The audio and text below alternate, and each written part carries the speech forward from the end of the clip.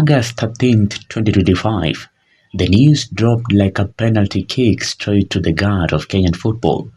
The Confederation of African Football has just fined the Football Kenya Federation a staggering 6.45 million Kenyan shilling for safety and security breaches during the CHAN qualifier against Morocco.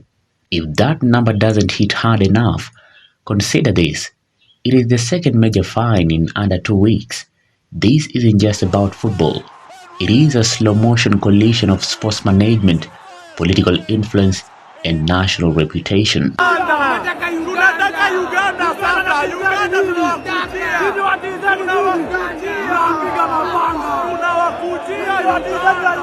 The CAF disciplinary board's verdict was clear. On August 10th at Kasarani, Kenya hosted Morocco in a high-stakes CHAN qualifier, but the real drama wasn't just on the pitch. It was in the stands, around the gates, and behind the security cordons. CAF cited multiple breaches of safety protocols, inadequate security staffing, lax perimeter control, and the failure to enforce road closures on match day. Each of these isn't just a technical oversight. In CAF eyes, they are risks to player safety, fan control, and the tournament's image.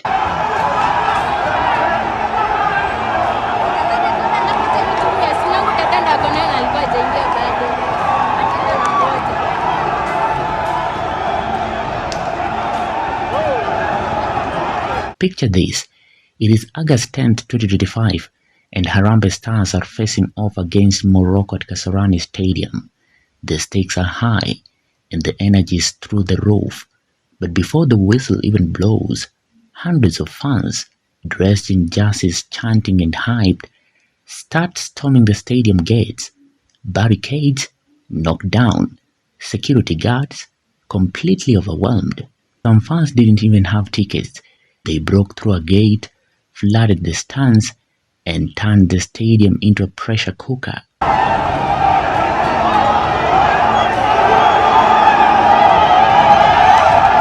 If this sounds familiar, it is because it is. Just a week earlier, after the August 3rd clash with DR Congo, FKF had been slapped with a 2.5 million Kenyan shilling fine, also for security lapses. You'd think a fine of that size would serve as a wake-up call.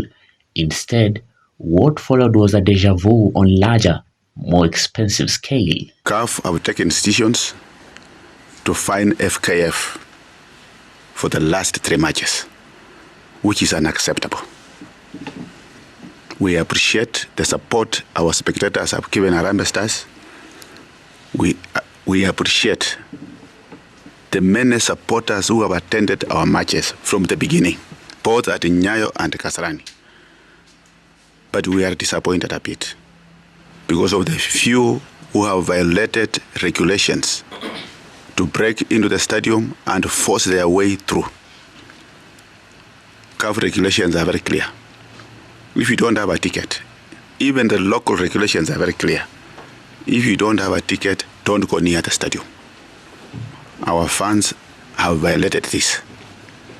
They have gone a long way to defy the police on duty and force their way into the stadium.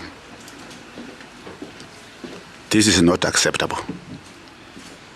From Sunday, we have had meetings with the FKF, government and Ministry of Interior.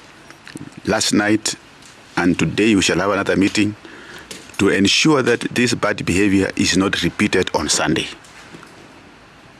It is our wish that our fans who are coming in large numbers behave well. We appreciate them. We have brought people back into the stadium. CAF doesn't mince words when it comes to security. Its protocols are explicit. Sufficient personnel inside and outside the stadium, proper roadblocks, orderly fan entry, and controlled crowd movement. Violations are not treated as local inconveniences. They are seen as threats to the integrity of African football. And the warning Kenya received is not subtle. Fail again, and home matches could be moved to neutral grounds. That is a diplomatic way of saying, quote-unquote, we don't trust you to host safely. End of quote. Kuna watu wanaenda wanabuy ticket mingi na watokea game.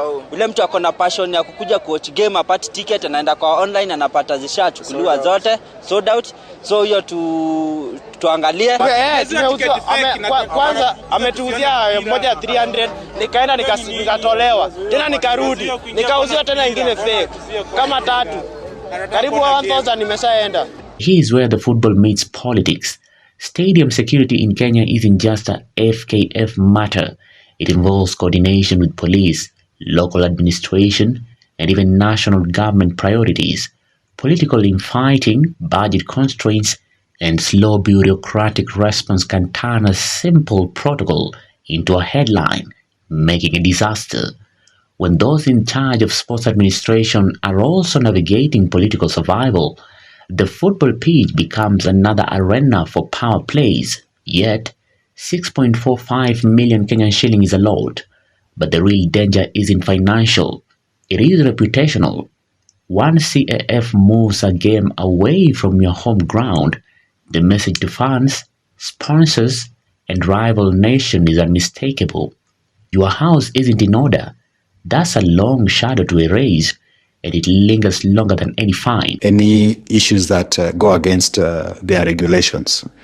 And because we are hosting a big event of this magnitude, any untoward occurrence could potentially lead to either disqualification of the country, hosting any future events of this magnitude, or the FKF, which is the local federation, being fined and making it very untidy. If Kenya doesn't make urgent reforms, tightening matchday security, enforcing entry protocols, and eliminating political interference in operational matters, the next CHAN or AFCON qualifier could be played outside Kenyan soil.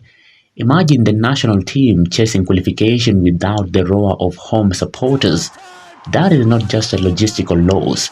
It is a blow to morale and national pride. Our excitement and our experience in the field and outside the stadium must be something that speaks to what everybody is expecting and what we would want to enjoy and experience as a country. In the end, this isn't about one fine or one match.